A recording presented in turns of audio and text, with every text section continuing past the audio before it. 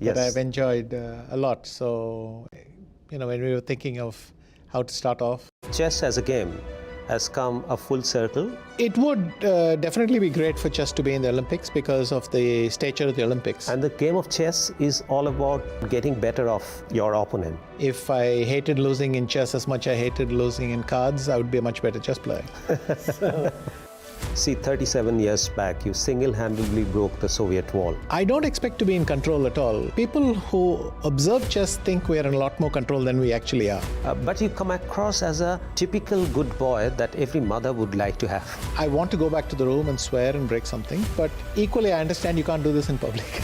There's a price that you have to pay to be nice. I don't know anyone who's actually peaceful inside and outside. Apparently, you were talking to one who's neither peaceful inside nor outside. Well, even better. I think it was Mike Tyson who said everyone's got a strategy till they're punched in the face. The future of chess in India is in the safe hands of Mr. Vishwanathan Anand.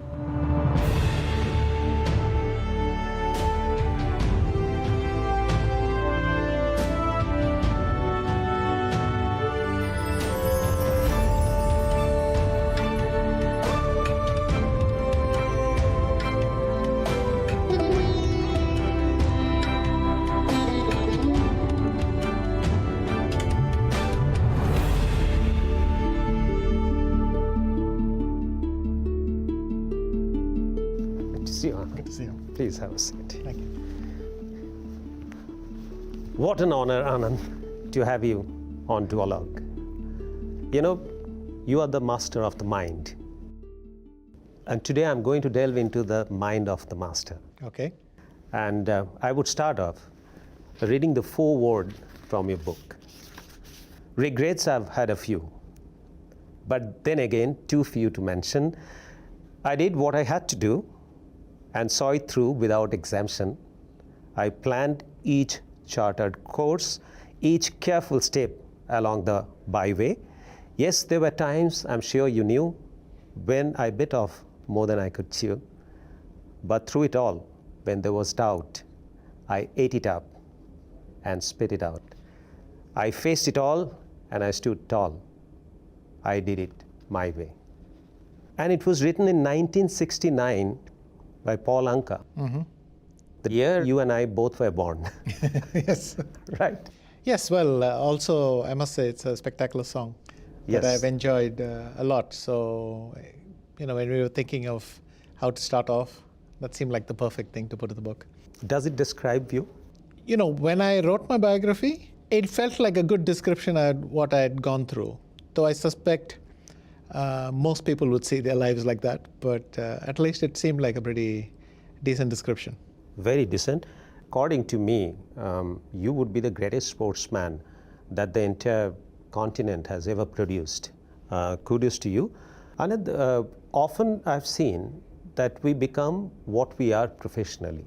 I mean, we carry, I don't think that we more often than not carry two different personalities while in profession, while in personal life. Like jokingly, I would talk to you about an incident with an actor, my friend, who I was having a conversation with, and I said that, listen, I have a question. How does your wife figure out whether you are really acting or your real emotion you're depicting? Because you say that you need to get into the character. So how does it work? Similarly, I face that when I go home, often I'm reminded that this is not your office, so you're not the boss here. Right. So I forget to take off the hat and enter my home. For you, are you a separate personality from across the chessboard or in your real life? That's a very intelligent observation. I guess I would say it even starts earlier. The connection goes back even earlier. That the way you play chess is related to how you deal with anything in life. If you're impulsive off the board, you'll be impulsive on the board. So in chess, we will have learned some degree of either controlling your impulses, controlling your way of coming to decisions. But in life, if I don't have something of comparable importance like chess to my thing, so your profession is the most important, then I don't have that rigor and discipline. I'm not it's harder to correct myself. You need a bad experience before you kind of correct yourself. For instance, I hate losing. And my mother would always joke that if I hated losing in chess as much as I hated losing in cards, I would be a much better chess player. So, to give you an idea. And I suspect that's quite a profound statement. I mean, I imagine it's the same with you. I find it difficult to be a different personality off work. I think that then I have to feign, I have to act. There are certain things which seamlessly I bring into my personal life also, like focus and discipline, which is again very core words for anything that you want to be successful. I mean, if you enter my room, you'll see that everything is kept as if it's measured by inch. So that is a problem that I faced, that's not very conducive in personal life. So how you managed it, because you see, you said that you hated losing, like, and the game of chess is all about, to a large extent, about getting better of your opponent, understanding him, at times being deceptive, not letting him understand you, what your moves and motives are, so that having played so many millions of hours of chess, didn't it get ingrained in you? My own experience is I don't try so hard off the chessboard. Over time, I have realized that I'm a much better chess player than I'm at something else. Mm-hmm.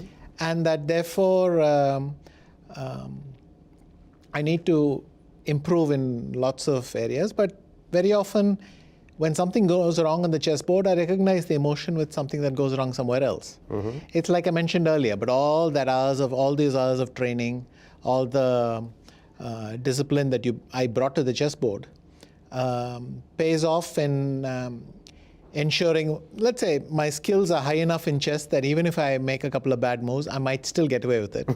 I've realized that in other walks of life, I can't expect that. So you should not automatically assume because you're good at one thing that this will carry over into other areas.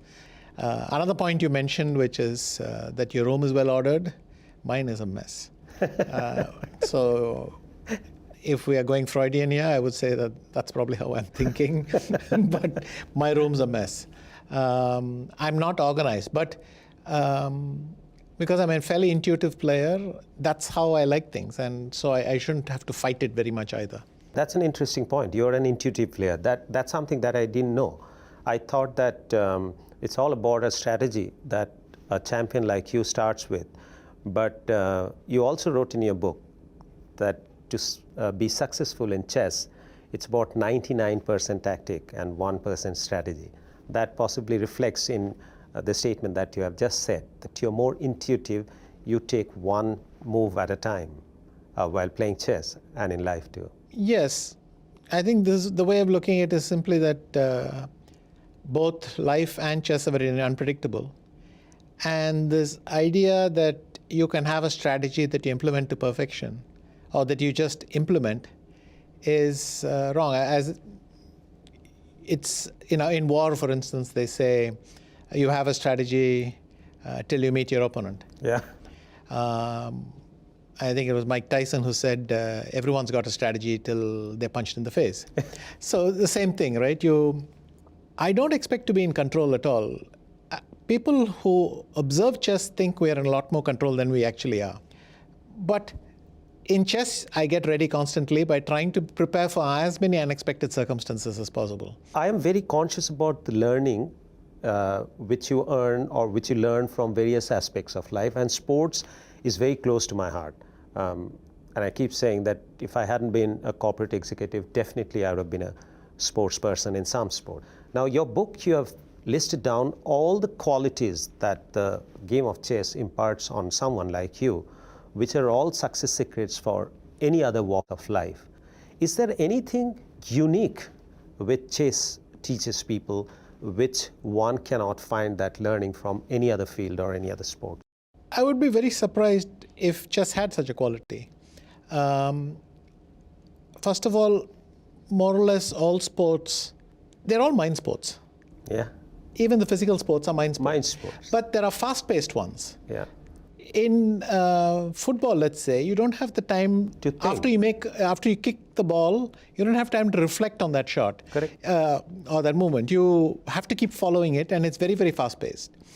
Nonetheless, even they think, oh, that one didn't go well. Let me remember something else from my repertoire, let's say, which I can try the next time. Maybe a different pass, whatever. Golf, tennis, whatever. Both the fast-moving ones and the ones which allow you these breaks to reflect.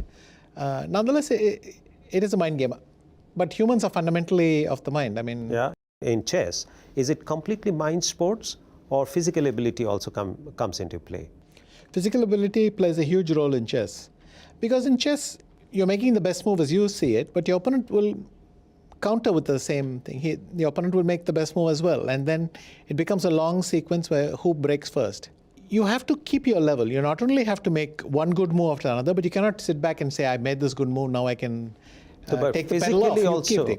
And that has a physical consequence. As you're getting tired, your decision making, even the clarity with which you see variations, there's a drop off. Physical fitness is very important because in chess, you should, at the highest level, you should expect to make 20 of the best moves and still not have gotten anywhere.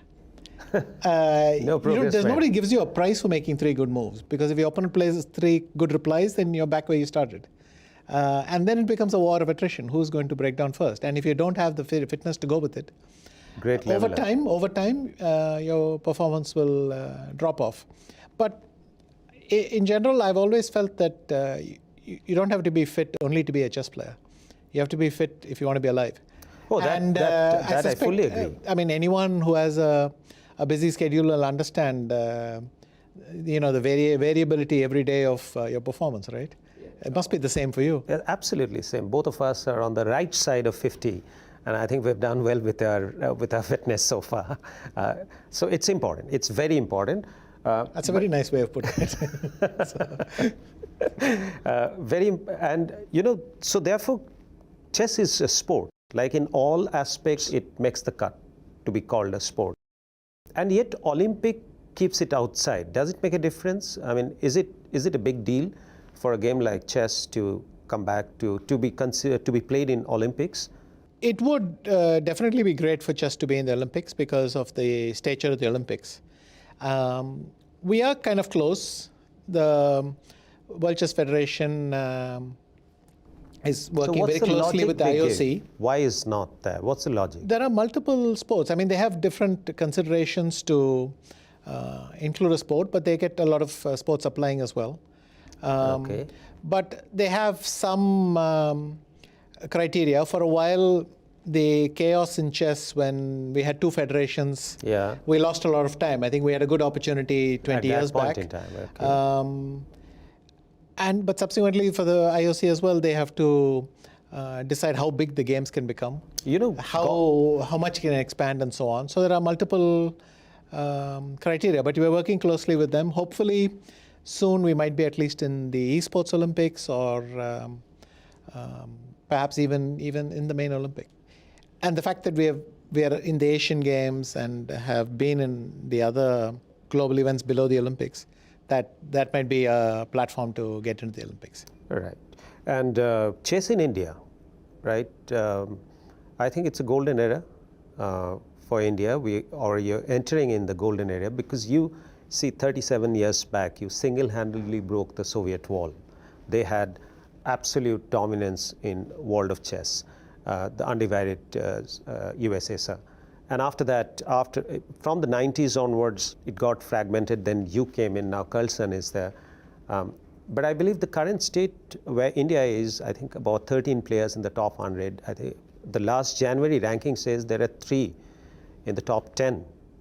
So is India poised to become the superpower of chess? In some ways, we already are the superpower in chess. There are many metrics by which we are. There are many measures by which some other country is. We are not dominant like the Soviet Union used to be. But if you take, for instance, the age of our top players. Yeah, all are with me as an exception. All of them Well, they were are, not, well, I think the oldest one is 21. And so it they were gives you not this even idea. born when we became the Grandmaster. No, to put it mildly. But they're all incredibly young, which means they have a long time ahead. They're long time. Second, they are all in the top 10 together, Yeah. or in the top 20, top 50, then the number keeps increasing. They're all there together. And can you imagine how fantastic that is for us? Because they will not only try to have the best results, but the moment one of them has a good result, all the others will be motivated to catch up. Absolutely. So they have this beautiful combination of friendship and rivalry. I think before WACA has come into being and you took charge of the young players, we always had Chennai, Tamil Nadu, has been a hub of chess champions for ages, right? I think 30 out of 85 grandmasters come from Tamil Nadu. That's right. Yeah. And that school, Velam. Velamal is a very interesting school. Spun off in its own, it would be one of the top countries in chess. Yeah, 17 grandmasters from the school. So therefore, an ecosystem is there at play, right? Isn't it? Yeah. So I believe that willy-nilly an ecosystem to create champions is already existing in India in that school. A school giving 17 out of 85, almost 20% of the world of the grandmasters from that one school. So the prototype is already there, which I think Gopi Chand has created in badminton. I mean, we had Prakash Padukone after 3 decades. Gopi Chand became the All England champion, and now we have several players in the top 50. But in chess, we already have that in that school, Velampur. Yes, Velamal has obviously done some remarkable stuff as the school. When I wanted to start my academy, Westbridge came along and supported it. So, is there any particular reason that you have ever seen, just as an academic interest, that why Tamil Nadu had become? Is it because of this that old story of King Vasudeva, and you have a temple apparently in Tamil Nadu where Shivji is worshipped as god of chess? Obviously, one of the phenomenon is you, but the first international masters of India, Emmanuel, he was also from Tamil Nadu. So Tamil Nadu is you happen to be here possibly, but it had always have this legacy of chess. Chess was accepted culturally, which means parents don't hesitate to teach the youngsters how to play chess. In fact, they remember to do it. And they encourage their youngsters to go and pursue it. Obviously, of all the people who learn the game, a small fraction, all that's fine. But the initial number is large enough. And in Tamil Nadu, that had an easy acceptance. And when I used to go to that chess club, the Tal Chess Club, Yes. in my youth, when I was 9, 10 years old, 11 years old, I used to go there and play very often. These international masters would often visit. And it's amazing to grow up in a club where the 3 or 4 top players of the country are dropping in and hanging out with everyone. Will prize money or the amount of funding, sponsorship, etc., that comes into a sport, will it be a factor to increase the popularity of a sport? Undoubtedly, a lot of people follow these things. It forms part of their decision to play or to pursue, or how much time to dedicate. That's normal. So it's good that chess is increasing its prize funds. Thanks to the Queen's Gambit and the pandemic, even, I would say, all the people stuck at home, chess had its moment, and that we were building on it very nicely. We also have a very clear model, if you like, an ability now to broadcast all our events. Yes. And hopefully we are getting more people to engage with the game. So what I see as far as chess is concerned, if you talk about the prize money, I think if you take a few sports just for the sake of comparison, golf, tennis, badminton, which is a little lower in the rank, and then chess. I think golf and tennis have much higher. All these are individual sports. And then you have badminton and all, you have doubles and some team games in chess too. So they are into close to like for instance, tennis has a prize money in the entire year to the tune of maybe 100 million, whereas chess is about 8-10 million. Badminton is even lower. So as you rightly said, even I feel that finally money drives everything, whether we accept it or not. I see that we have the supply side more or less in place, willy-nilly got built, that through Chennai, and I feel that I have a model which can be replicated elsewhere to have more and more grandmasters, more and more chess players. We possibly could work a little bit on the demand side also, right? Why would more and more people come into playing chess? One, obviously, the increased augmentation in prize money. The other, do you think it can be made a little more viewer-friendly, little more sexy, if I may use the term, like cricket has, from a test cricket has gone into IPL.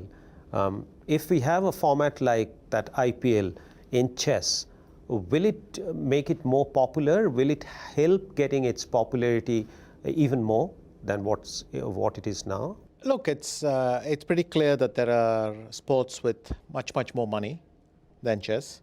First of all, you have the major team sports in the world, but then on top of that, also you have some individual sports. But here's the thing: none of these sports can ever stop and say, "Well, we have found the perfect model," because audiences get bored; they want to try something else. It's also part of the thing.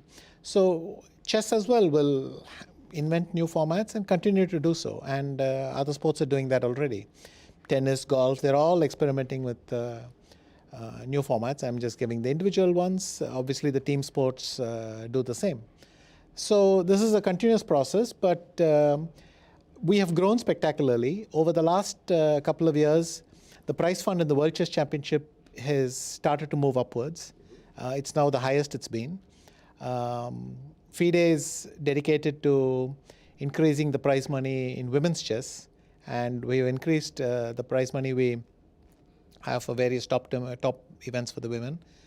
And because we need to attract women, we may need to make it easier for them to say, yes, I can consider a career in chess. But look, as you say, we live in maybe what we can describe as an attention economy, and that's part of what drives things. So how do you keep explaining chess?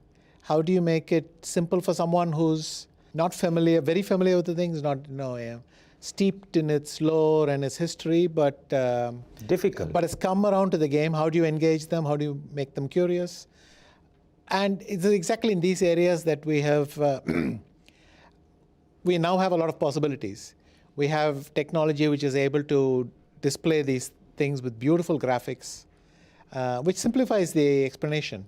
We now have commentary teams, and again, the broadcast rights. You're able to it has become a broadcast sport. Stream the explanations, the commentary. And what is meant is that even a casual spectator finds several stories, narratives, or events which engage them, and they want to follow more. Tell me something about yourself.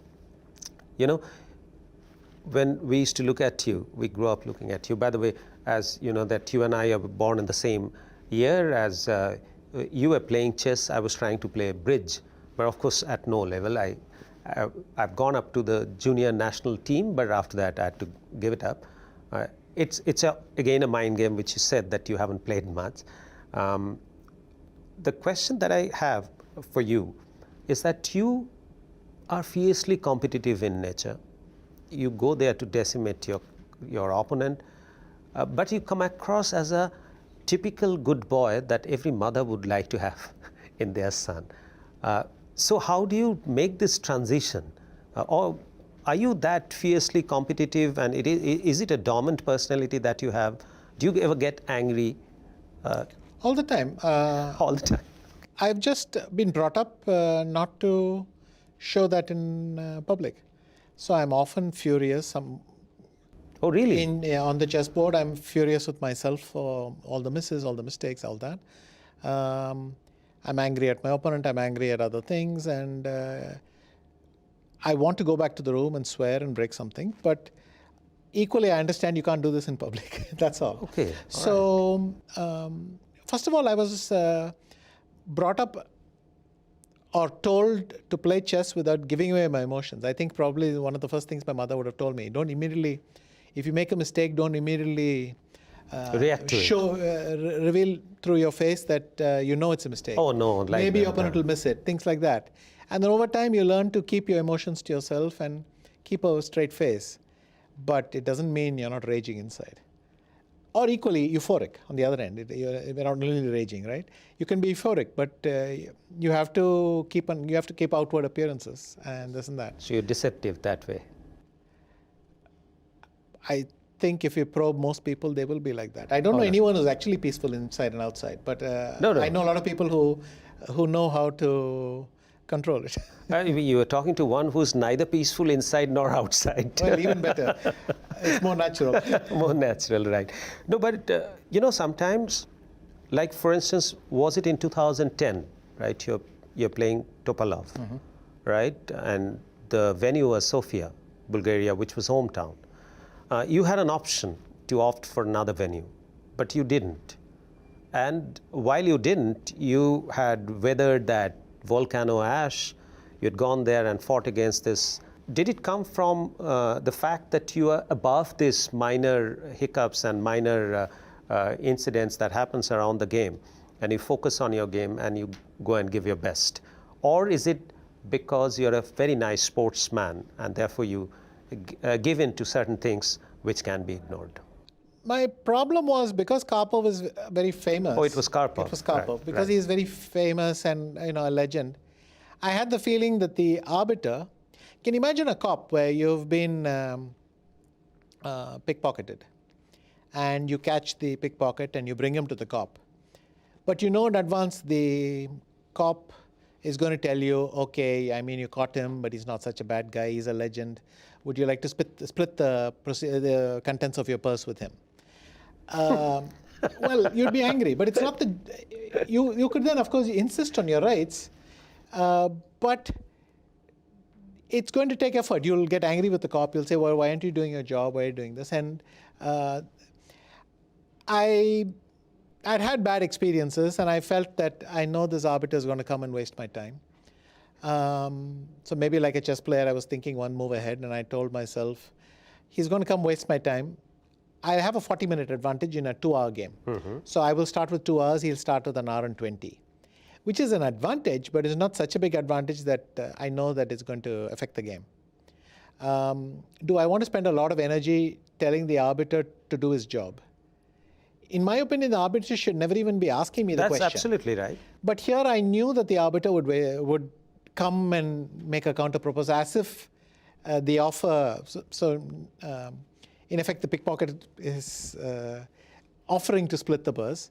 And okay, bad analogy, but anyway, I thought I shouldn't be fighting the cop and the opponent the opponent myself. So the hell with it, I'll give him back his 40 moves. That was a practical decision, but I still think it was a mistake, because later that year I lost to Karpov, and I thought, well, he learnt from this experience that he can push me around, and I should not have allowed it. Yes. So it was a mistake to do that. Funnily enough, I spoke to Kasparov some months later, and he told me the same thing. He said, well, it was a mistake what you did. And I thought, well, yes, he would know immediately, because he also went through similar experiences. Whatever. So there are practical decisions I made. I don't know that they were wrong, but I know that I felt that next time around I wouldn't do them anyway.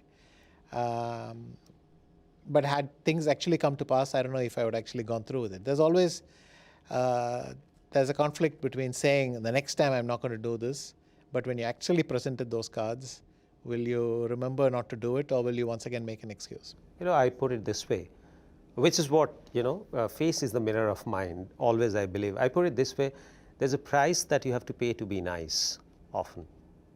So you, in both these occasions, you chose to be nice, in the sense that gentleman, not really going overboard about the mistakes that the other person is making, and you went on. I didn't think of my decision as being that of a gentleman. I just decided not to waste my time on an arbiter who was not going to do his job. It was sort of out of anger, but I realized kind of fatalism. This is the way the world is. Let's deal with it. But I'm generally a fairly easygoing person. I don't seek out conflict. So it's also to my advantage not to have conflictual situations. Sometimes, in those days, I really strongly felt that If I didn't have a conflict, if I had a conflict, it would affect my game more than my opponent. So it wasn't entirely Altruistic thing. altruistic. Some of it was pragmatic as well. Not in a I want to be a nice guy sense, but how much energy do I want to? This is in my best interest to pursue this, or shall we just get back to the chessboard? And I should remember to focus there, because winning the game is what's going to make this decision right. That was my train of thought, or at least. But maybe I deceived myself. Maybe sometimes you just have to fight the system to get what you want. To some degree, I would say in later matches we applied that. You learned it from there. I learned the lesson that you can't give too much ground. You can't be pushed around. And I believe that in my later matches, I did that. Or I should probably credit my wife there.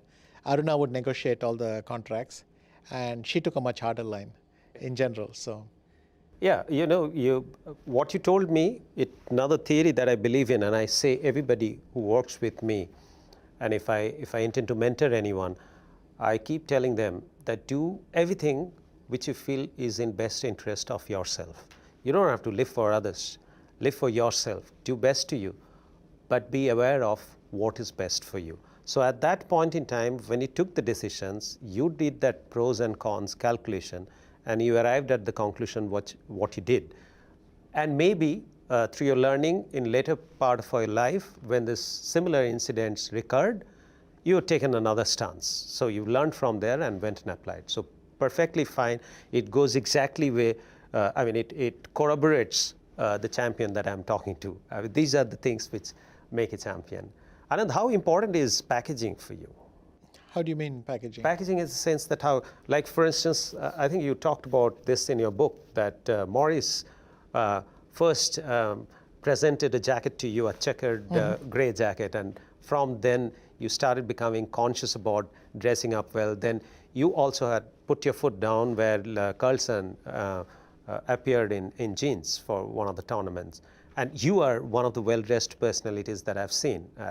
By the way, I'm seeing one of the first interviews that I've seen of yours was Rendezvous with Simi Grewal, which is about 27 years back. I must compliment you that you haven't changed much in 27 years. Okay, we're connecting a lot of threads. I would say unrelated. When I was growing up, my father had a different attitude towards formal clothes. He loved wearing them.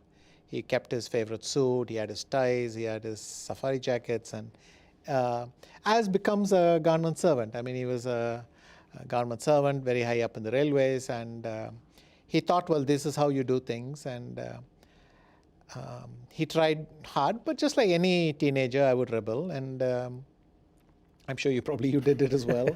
I wanted to just sit around in the most casual clothes and thing, and that's fine. When I got my Padma Shri and my Arjuna awards, so I was still a teenager for both, 15 and 17. And in both cases, I wanted to wear kids to Rashtrapati Bhavan. And my father, you could see, it contradicts everything he knew, but at the same time, how much should he impose his will? So he gave up. He said, well, just wear the jacket and I'll close my eyes and we'll go to the Rashtrapati Bhavan. So, and there's still photos of me. I've got a little blazer on and thing, and I've got kids underneath. And, my poor father. But by the time when Maurice told me that, I appreciated his advice, but I saw his point. I wasn't against it. I would still wear formal clothes for the opening and closing because it wasn't a huge point of contention. It wasn't something I was unaware of. I mean, my father had been working on it for a long time. When I first played in Wijkenzee in the Netherlands, I won the tournament in my first attempt, but I had no idea how to wear a tie, and I didn't know how to call my father. And also, how was he going to tell me on the phone? So I went to one of the other players, an older player, and said, well, by any chance, do you know how to wear a tie? Because I had seen him in a tie. He said, yes, I know how to wear a tie. I'll show you. And then he first showed me, and it's more or less the method I use because my father taught me something similar. But he also said, I'll give you one, I'll do one for you, and you can keep it as a backup in case you don't remember. But anyway, so that's nice. And the The Carlson thing was totally unrelated. It has nothing to do with any values about thing. Simply that there was a dress code that was in the contract for all the participants before the tournament. We had been enforcing it for all the other players, and so we could hardly make an exception. The arbiter informed him of the need to follow the dress code. He refused, and there was no appeal. And so the arbiter's decision sailed through. Oh. So nowadays I enjoy dressing up, and maybe it's something that you get as you get older. I mean, I'm still very happy in casual clothes and bumming around the house, but I'm also happy to wear something nice and go out. It makes you feel good. So who chooses your wardrobe? Obviously depend heavily on my wife for guidance. The problem is not even guidance. It's knowing whether something is appropriate first, but it's also awareness. She follows the subject more closely, so she has more starting points. She knows, you like to wear this. I know something which might be of interest to you. It's similar. This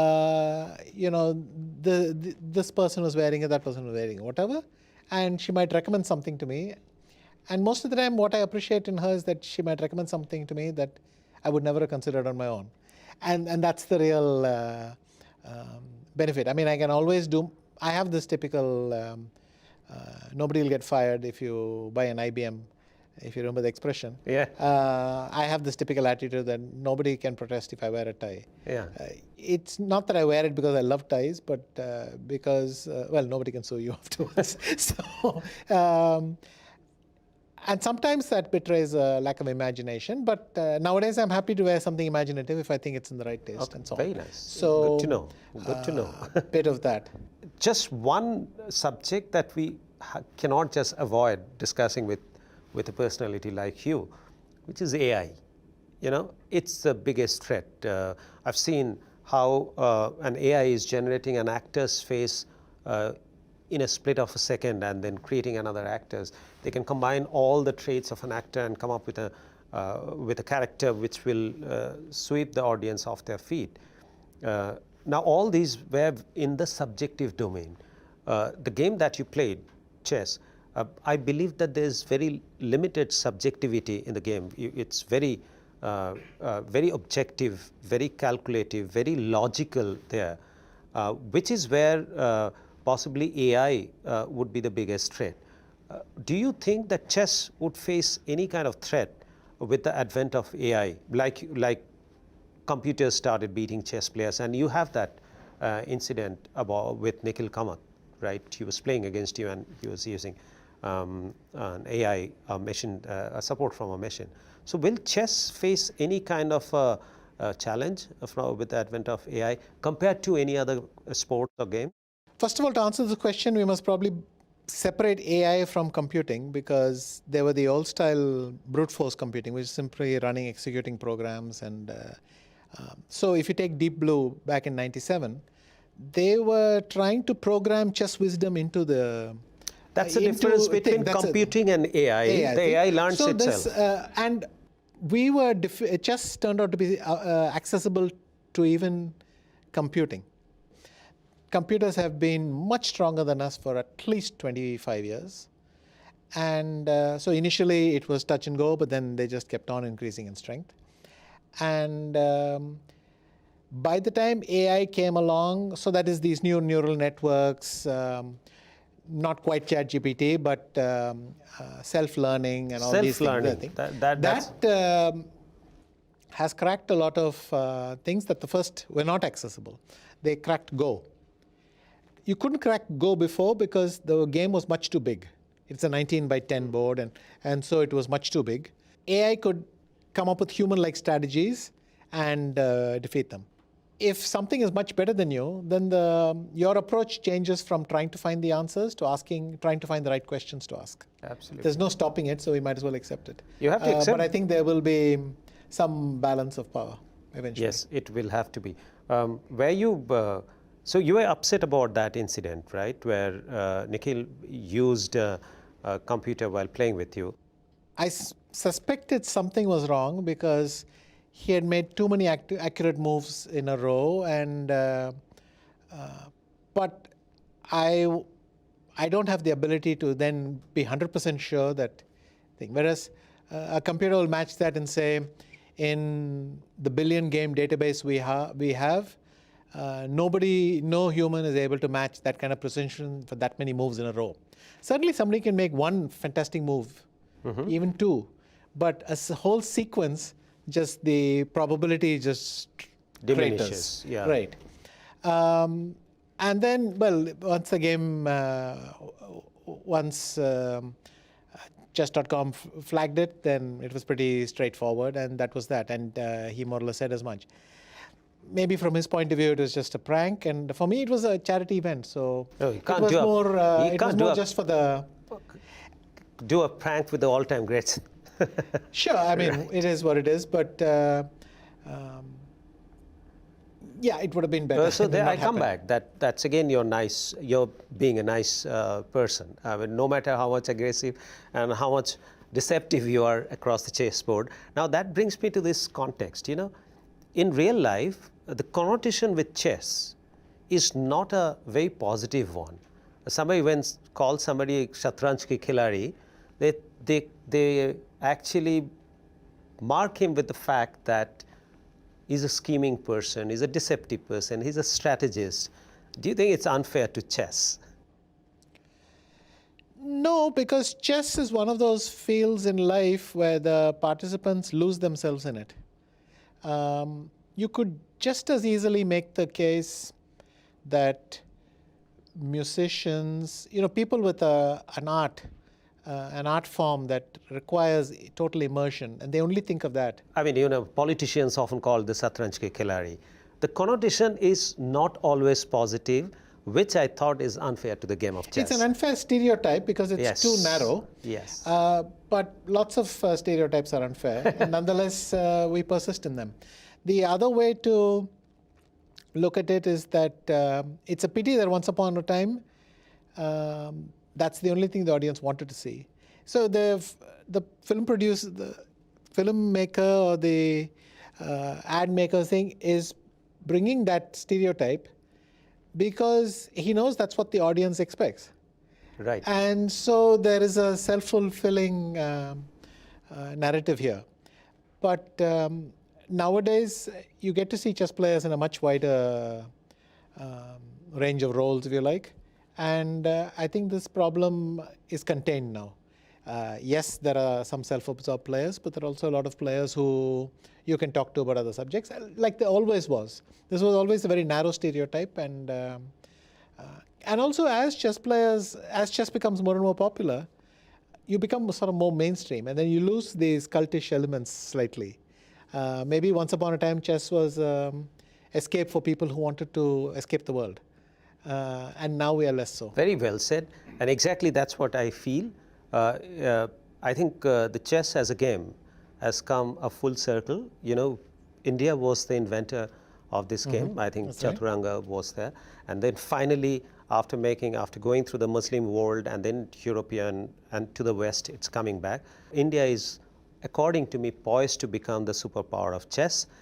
And that is going to be a huge branding for our country. Our country is known by the Prime Minister's name now. Anywhere I go, Mr. Modi is one of the huge brand ambassador for India. So is Bollywood, yoga, Ayurveda, etc. But chess, when chess starts deriving that connotation, where it inculcates a sense of pride in our country, while the country is known to be the champion of chess, which is when this unfair connotation would naturally make its way to a much more favorable and fair connotation. And I'm very happy that Anand, the whole country, we feel very secure that the future of chess in India is in the safe hands of Mr. Vishwanathan Anand, the greatest of all time that India has ever produced, and in fact the greatest sportsman that the entire continent has ever produced. I have a small ritual for all my guests. I have a small gift for you. Here is a Duologue pen. That's from my side to you. I hope you'll like it. Thank you. And here's the Duologue book where all my guests, they pen down a message for me, for the show, their good wishes, their blessings, their encouragement, their feelings about this show. So if you can pen something down for me.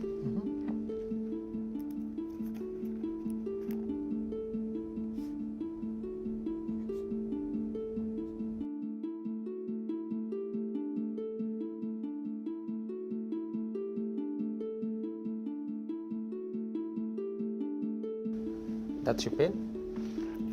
Yeah. Thank you. So this is something very special for me. These are a traditional veshti and kurta. Oh, this is so very designed good. with Indian motifs By Akhil? by